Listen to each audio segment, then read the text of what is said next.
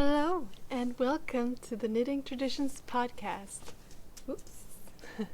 My name is Inga and this is my little corner on the internet where I talk about my knitting. I am trying to record outside today. Yesterday was spring equinox and the weather is just stunning here today. So I'm sitting on my terrace on top of my garage, and as you see, the view is quite decent. The best thing about my house, my boyfriend and I moved in October, and the weather has been quite depressing ever since until now. So I spent the morning tidying up the terrace so that I could sit in the sun, and I decided to try recording here so you could enjoy the nice weather with me.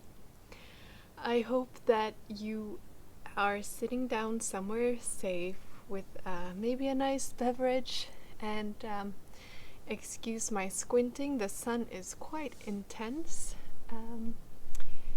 There's a lot going on in the world with Ukraine, so I just want to mention that my thoughts are with the people who are not in a safe place right now.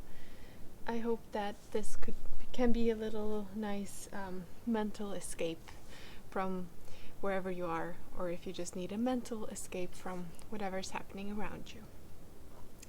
So maybe we can start with what I'm wearing today. I am wearing my Oslo hat by Petite Knit because my hair looks awful and I'm going to take a shower afterwards. And then I am wearing, this is something that I made a few years ago. I didn't really use a pattern.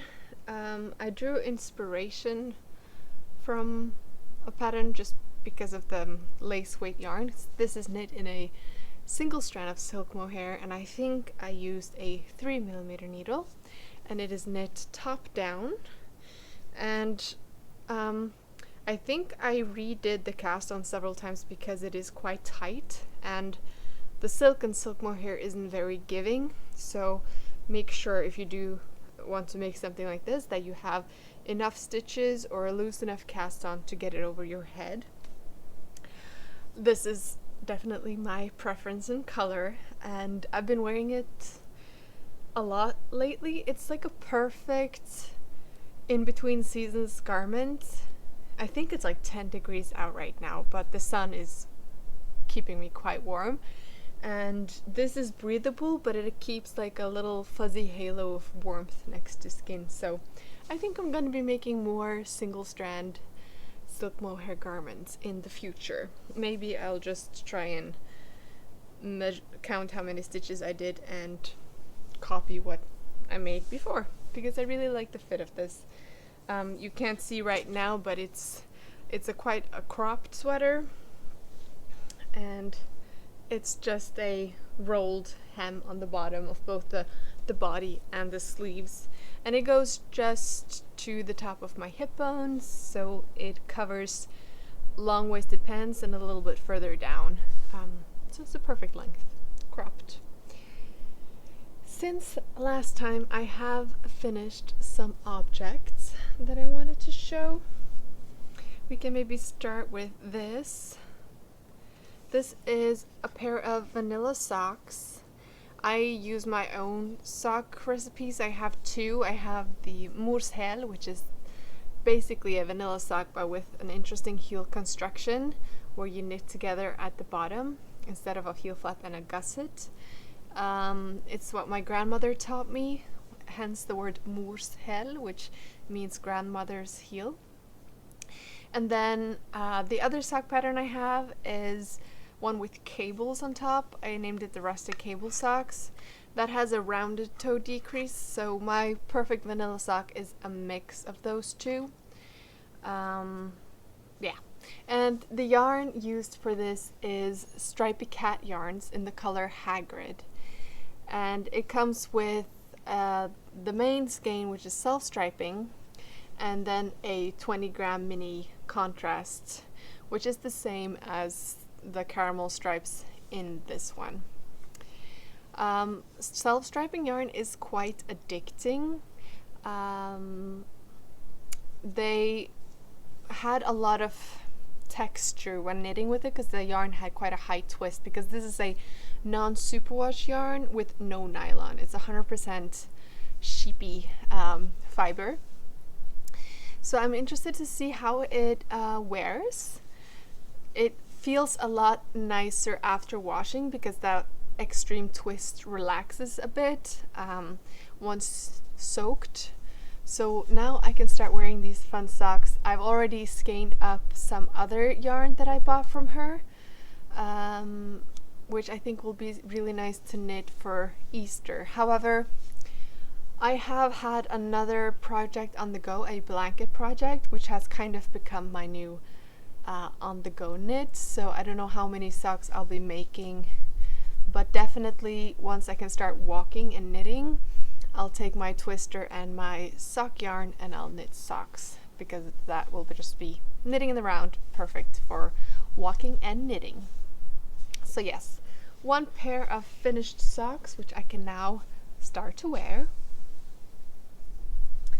Since last time, I also finished the Anson cardigan, and I am very pleasantly surprised by how this cardigan turned out. I can try and put it on for you, but I don't know what you're seeing. Hopefully you're seeing me. Hopefully you're seeing the view. And yeah. So, negative thing about this pattern is there's very limited size range. I hope they change that in the future. This was a lot of knitting because it's knit back and forth, so there's a lot of purling. I knit this with holst supersoft in the color almond, together with camarose månestråle, which is their beige fluffy yarn with the golden stellina, not the silver. So you should be able to find that if you're interested. I don't know if the sparkle is showing up. It's impossible to catch on camera when I try. Maybe a video is better in the sunlight. This has a construction where you tie it at the bottom, and then it has 3 buttons. Matthias chose these buttons, but they were the ones that I wanted as well. There's some sort of wooden button. There actually is like a leafy, flowery pattern on the back, which is supposed to be the front, but I really liked the wooden colors that were on the back side, so chose that. And let's see if I can close it. So after you tie the buttons, then you can tie the bottom half of the garment, and that kind of cinches it in at the waist. I love this. I think this is going to be a great garment all year round as a layering piece in winter, in the summer to have over dresses and stuff if it's just a little bit chilly. It came a lot softer and fluffier with washing, so I really like pairing holst supersoft with other yarns. I think it worked out really well. It has a little bit of drape, but not too much. Like it keeps its shape, which is something I really love about more woolly wools, is that they kind of spring back to their shape, whereas a lot of plant fibers and superwash, like a superwash merino, they can lose their shape a bit more. So it really depends what you want your garment to do. If you want a lot of drape, then a really silky smooth fiber or alpaca, which is a bit heavier, that will give you more drape than a woolly sheep wool will. But I can always trust my woolly wools to behave the way that I want them to, because I know how they behave. They keep their shape and they're very durable. So, and yeah, I really, really like this one. And I'm really happy with how the button band turned out in the end. I'm always a bit worried about button bands, that it's not gonna be nice, that it'll be too bulky or too tight, but I did as instructed and I think it was perfect. So that is another finished object. And let's see. So in the last episode, I talked about how rauma, which is a Norwegian smaller, it's not small, but it's quite big now, but it's a Norwegian local, somewhat family-run wool mill that produces some lovely yarns. My favorite being finull, which is 100% Norwegian wool, and it has a huge huge color range. And they had a day where they donated all their sales to Ukraine, so I went on a bit of a splurge, and I got some kits for several cardigans. The one that I wanted the most was the mod 243/5. Hopefully you can see this. I just thought this all over cardigan, very traditional Norwegian looking, was amazing. So I got,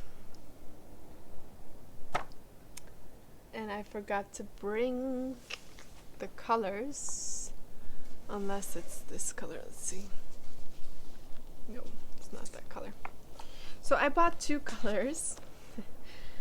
White for the background, 0401, and then I got a very grassy green color for the contrast.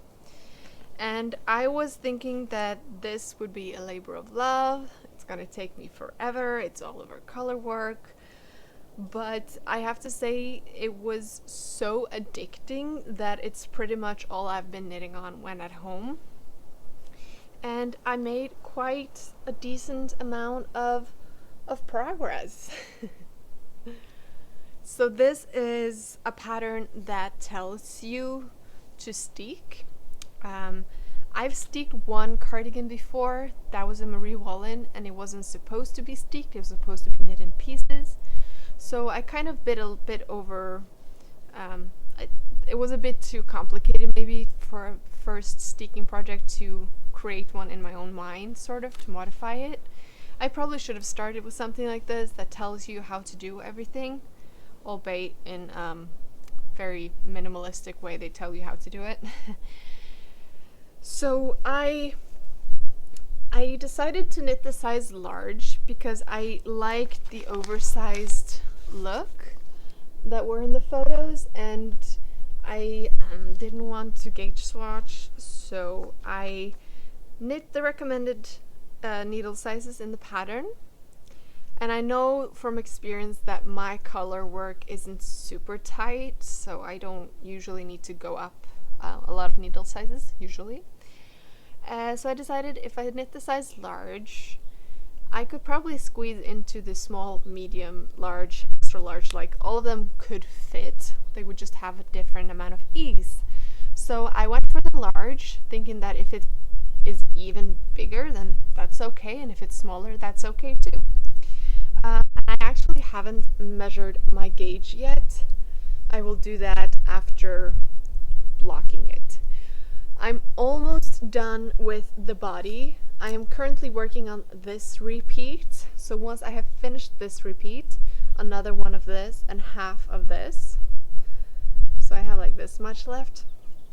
Then I can block it. And then it's telling me to sew on each side here and cut in the middle.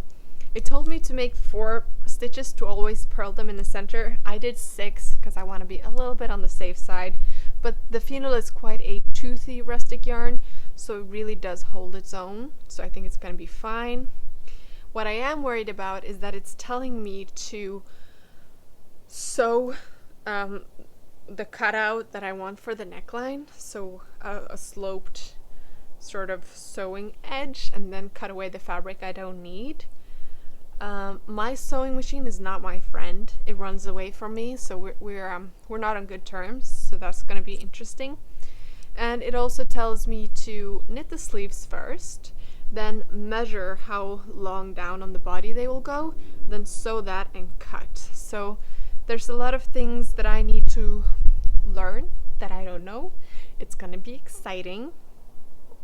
even though it's been quite fast to knit the body, I have a feeling it'll go in the naughty corner when I have to sew and steek it. But we shall see. And I'm dropping stitches. I'm dropping so many stitches. But that's the good thing about these rustic tooth yarn. The stitches don't go anywhere. So I can just take my needle and shove it through all the stitches in one go. I don't even have to pull out my work, and there, 20 stitches back on the needle. So yes, I'm using my Goose 3mm for the body. I was using my Haya Sharps for the edging, which was knit on 2.5, and I did do 1 or 2 extra rows on the edging. I just thought it was really short and I was worried about the fabric rolling up. That is a property of stockinette stitch, is that it will roll up on its own, and that's why we often have a ribbed border at the end of our bodies and our sleeves, or a nice I-cord, something to pull it down. So I was worried that it was too short, so I made, I think, 1 or 2 more rows before starting the color work.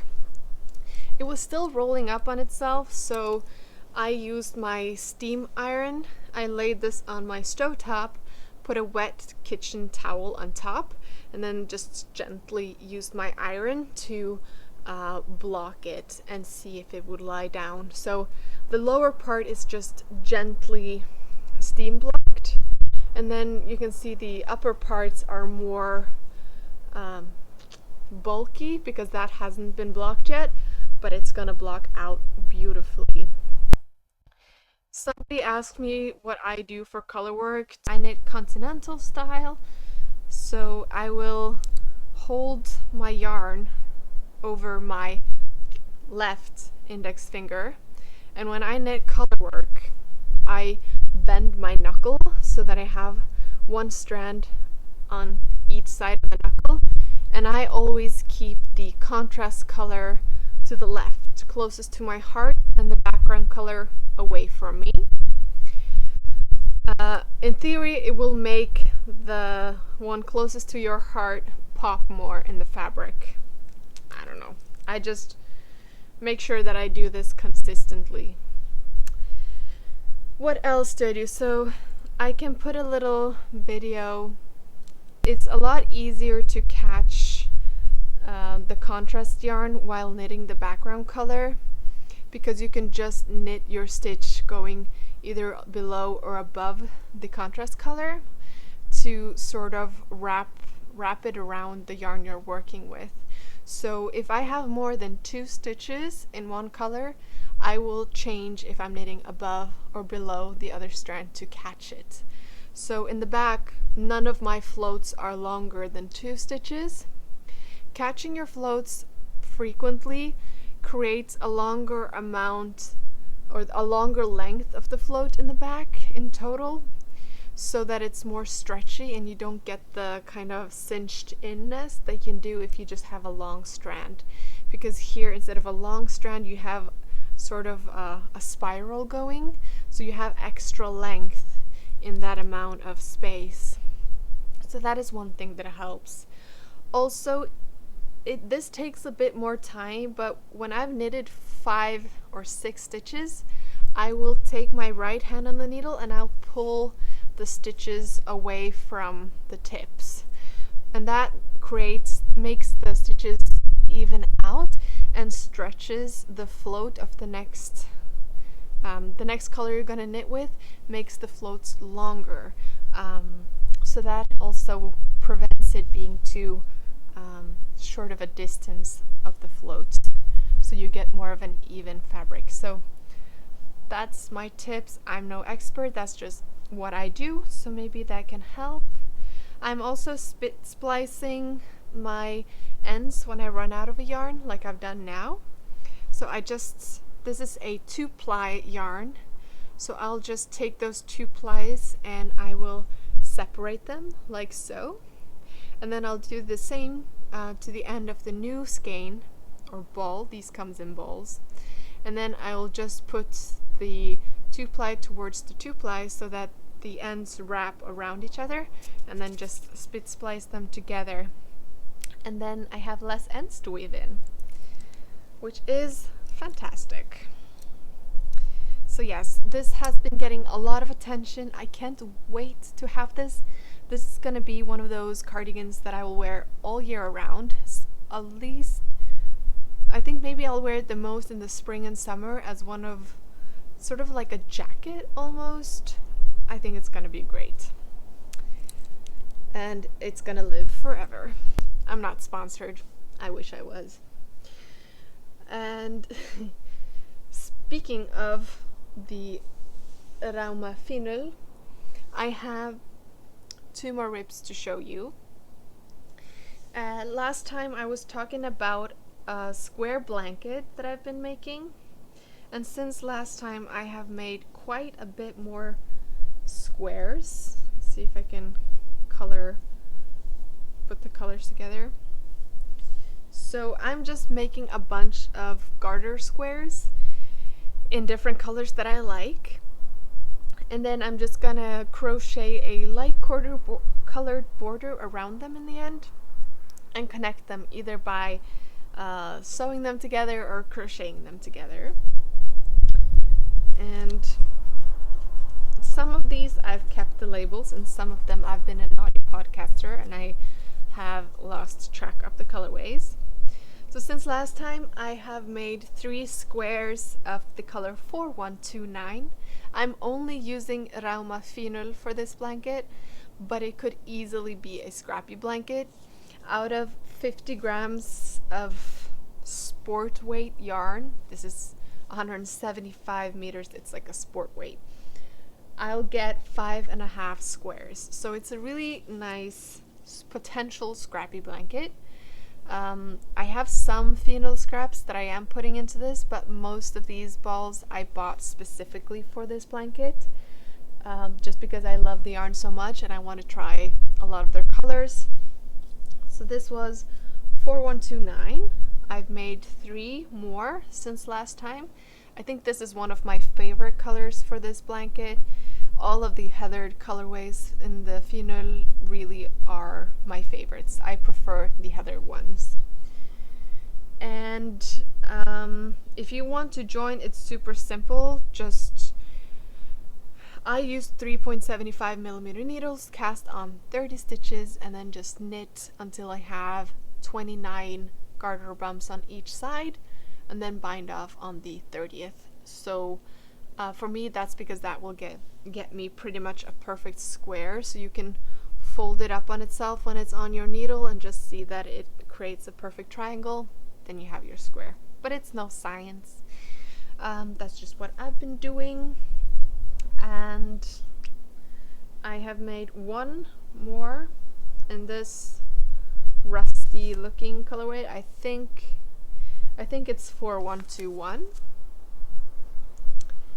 And then this was something that I had in my stash, a scrap.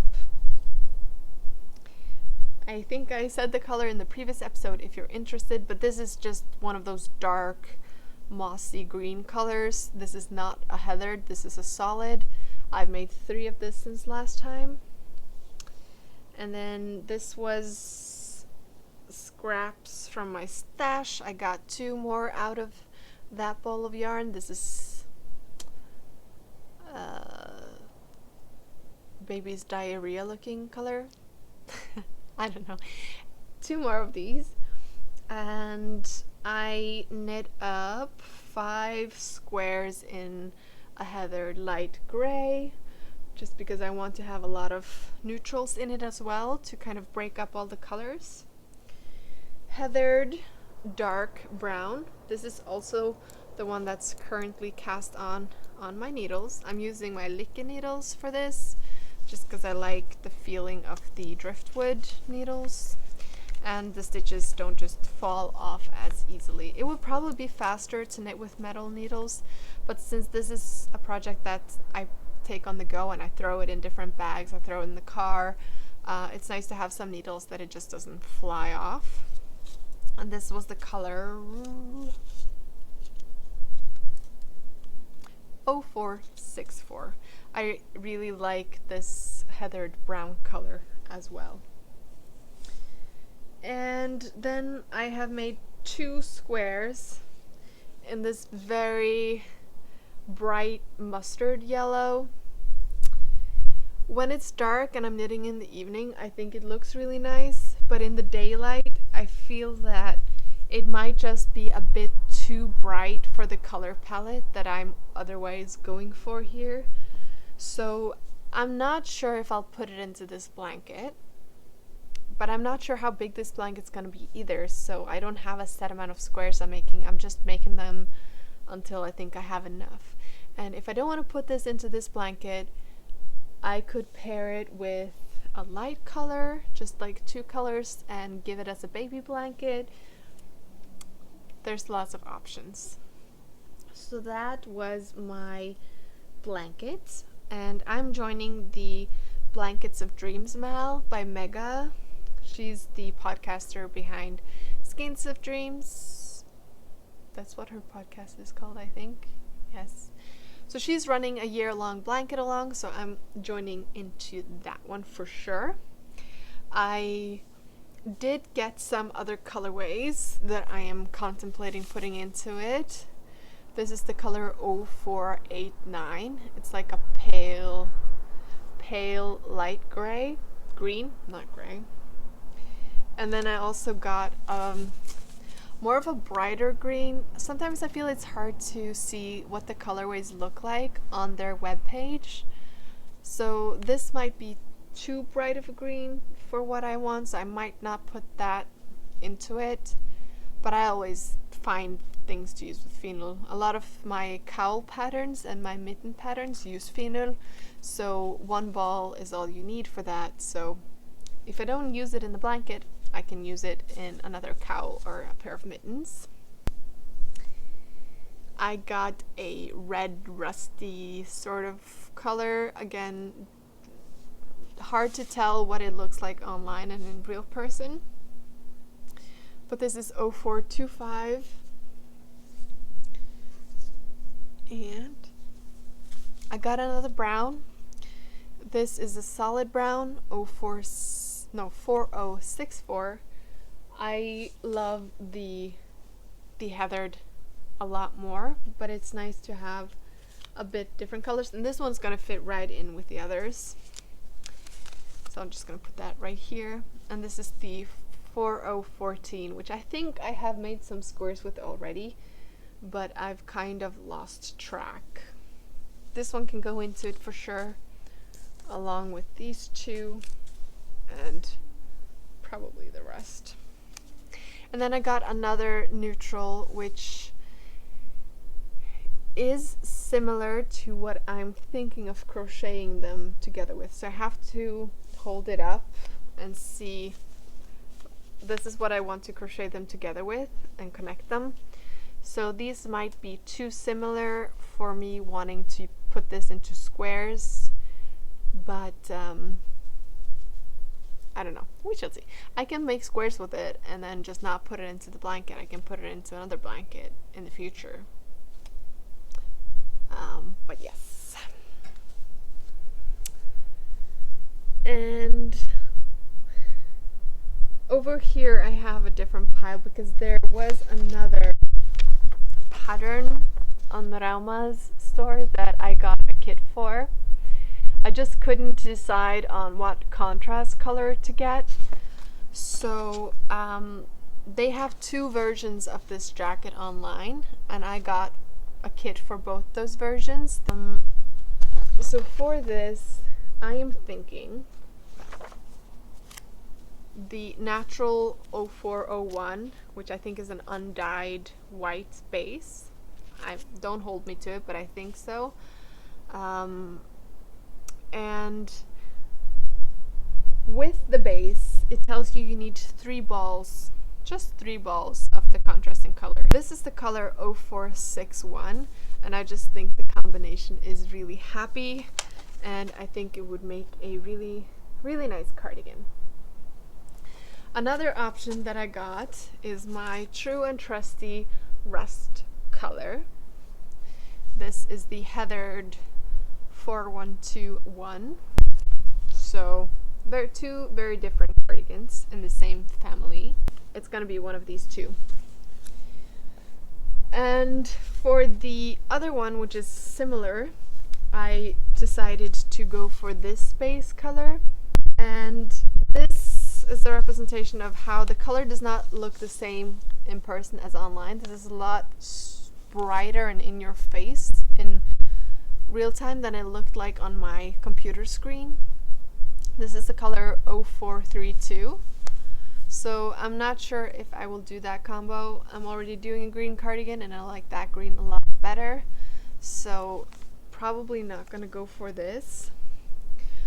I also have this, which is the color 0425. I could do that. That would look a bit more like the one in the photo here. Would it be a bit over the top to have two cardigans with pretty much the same patterning in two different shades of orange? Maybe. Maybe not. We shall see. There is a lot of opportunities to be had in the future. Just gonna put all my balls of yarn in one place. So my last whip to show you is this beauty right here. I call it a beauty. I think it's beautiful. This is the No Frill Sweater by Petite Knit, which is a top-down construction, super simple pattern. It's a raglan. There's no fuzz about it. It's just stockinette. I've made this once before. It was one of the first sweaters that I knit, and it had a lot more positive ease than what I am comfortable in.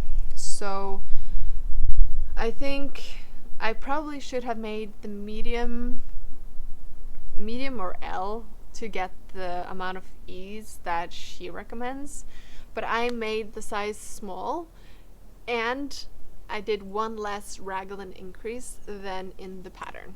So it's slightly smaller than a small, and I think the sizing is going to be perfect, but time will tell. What else can I say about this? I'm hoping that you can see the color play in this yarn.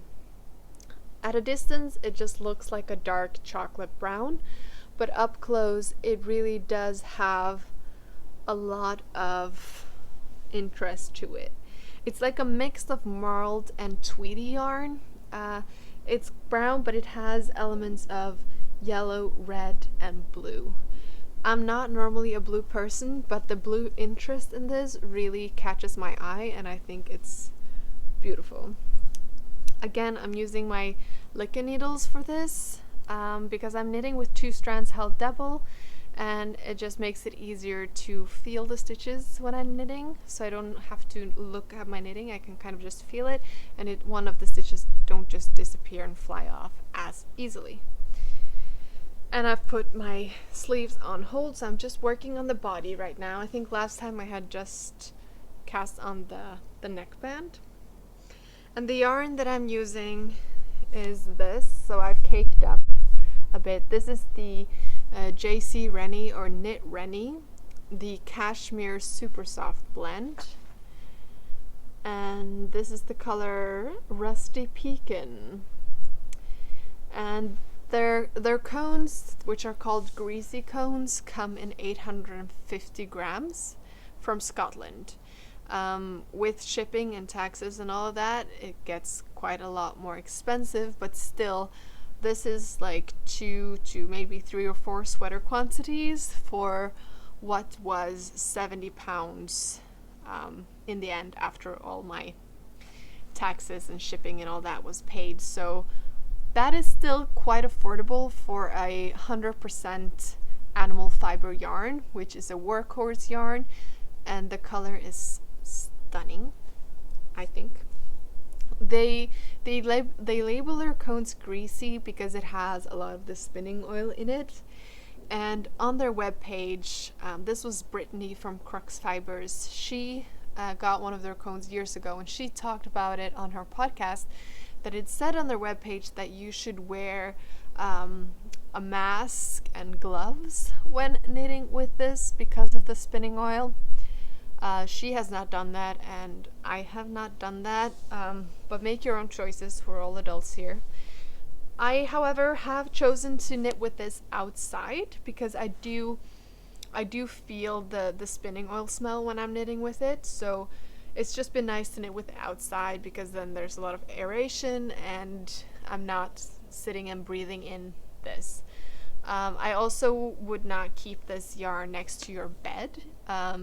If you don't have a knitting room to put it in, maybe store it in a bag or a box just so that the gases from the spinning oil doesn't go into the air too much, but I'm no expert on that.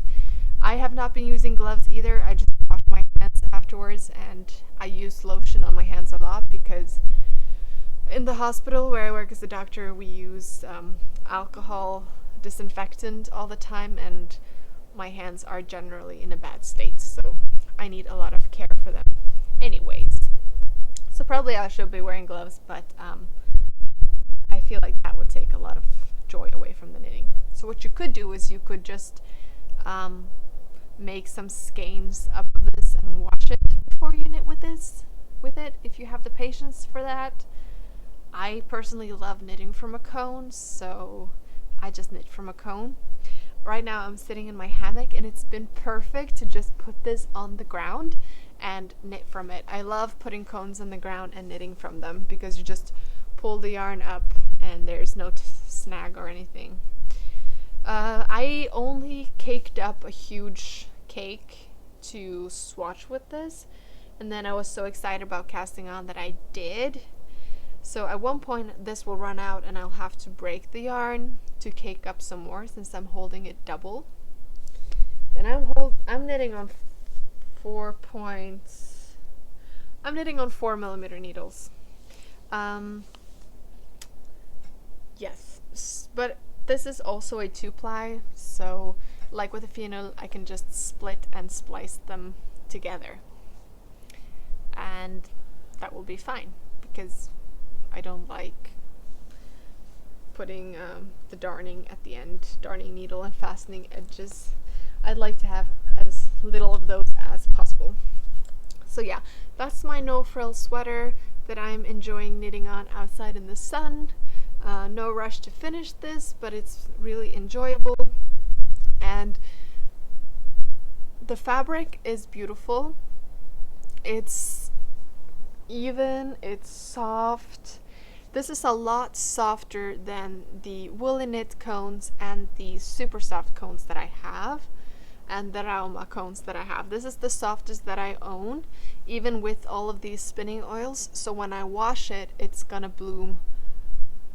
It is gonna bloom and it's gonna get a lot more softer, and this must be the cashmere content that gives it the softer feeling than the other ones. So yeah, I think right now of all the cones that I have, this is my favorite. And yeah, I'm not sponsored by knitrennie. Again, I would love to be, but I just think it's a beautiful yarn. Just keep in mind that there are spinning oils in it, so make your own choices. I just think it's beautiful, and luckily I have a lot more left of this color, which is my favorite, and I also have some other cones from knitrennie, and I'm gonna make beautiful things in the future. So I think that was all of the knitting that I had to show today. I have no idea how long we've been talking for. I hope I pressed record. So maybe I can just sit and knit with you for a bit.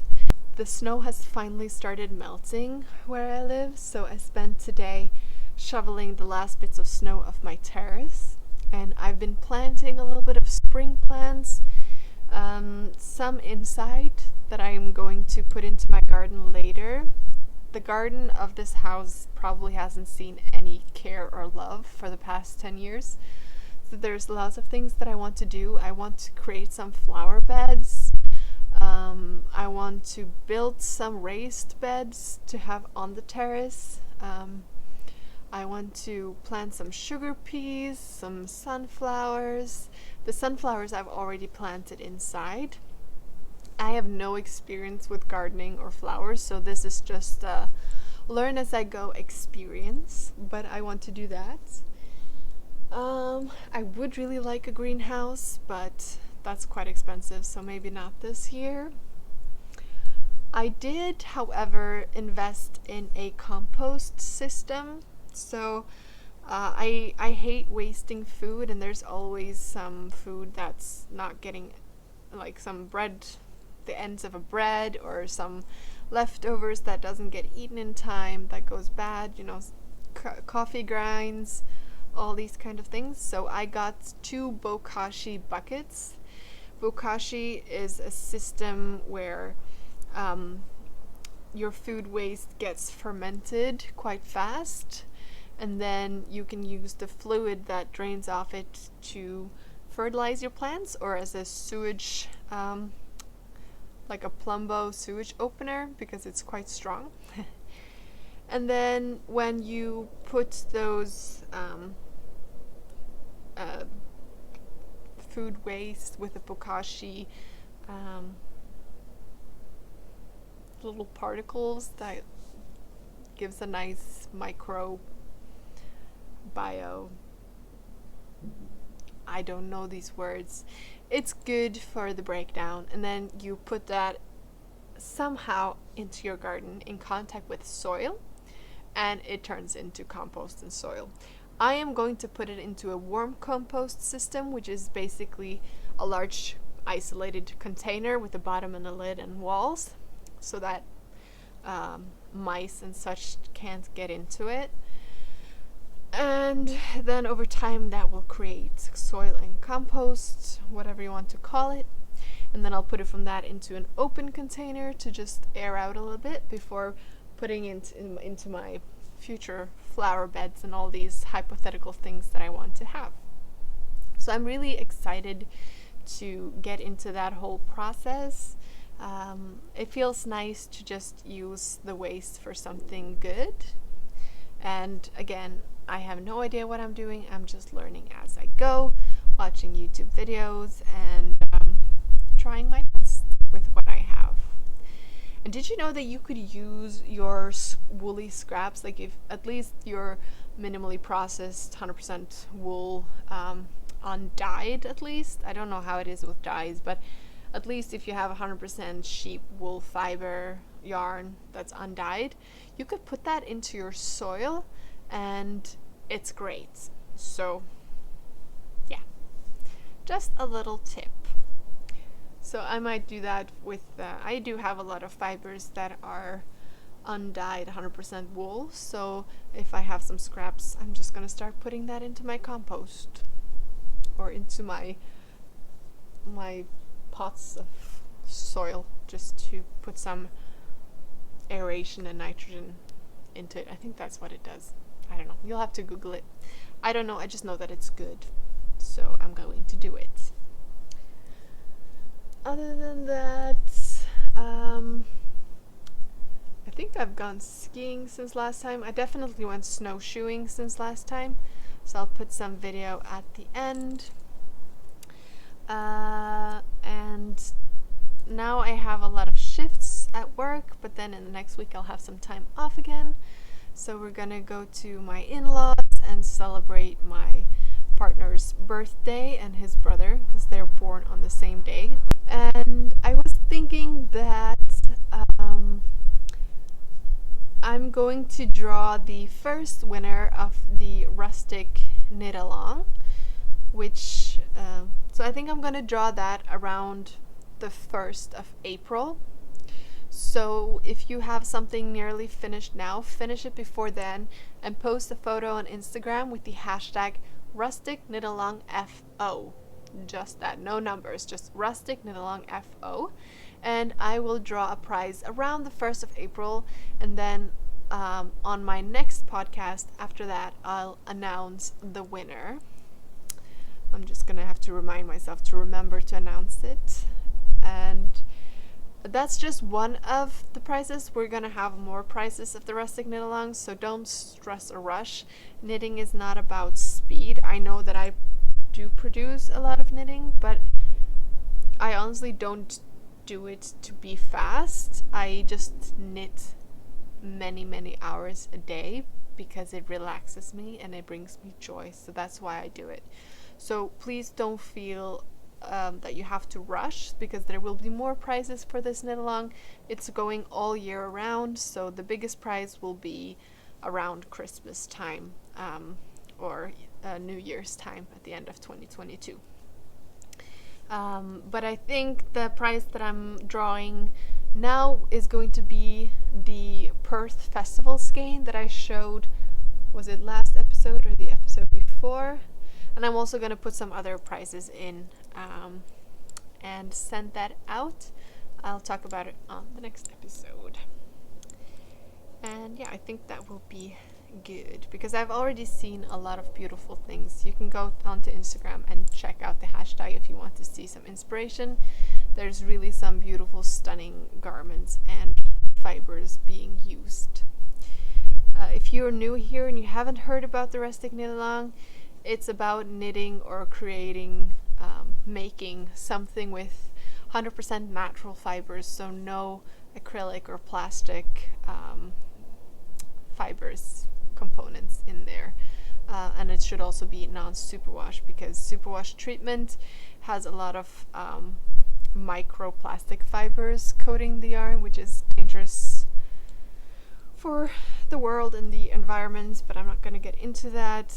Everyone can knit with whatever they want to, but if you're joining this knit along, it's about the natural fibers and minimally processed fibers. If you can't use animal fibers for some reason, or you live in a place where that's not something you can use, then plant fibers is also okay. And yes, I think that was all for this time. I do really hope that it was okay. If it was okay with the lighting and the sound, then I would love to record more outside in the future, because I love being outside when it's weather for it, and the view, it's nice. I'm really lucky to live here, and I want to share it. If it's not okay, then I'll record inside and I'll just put in some footage or something. Yes, I think that was all I was going to talk about today. I always forget things, but I think this was it.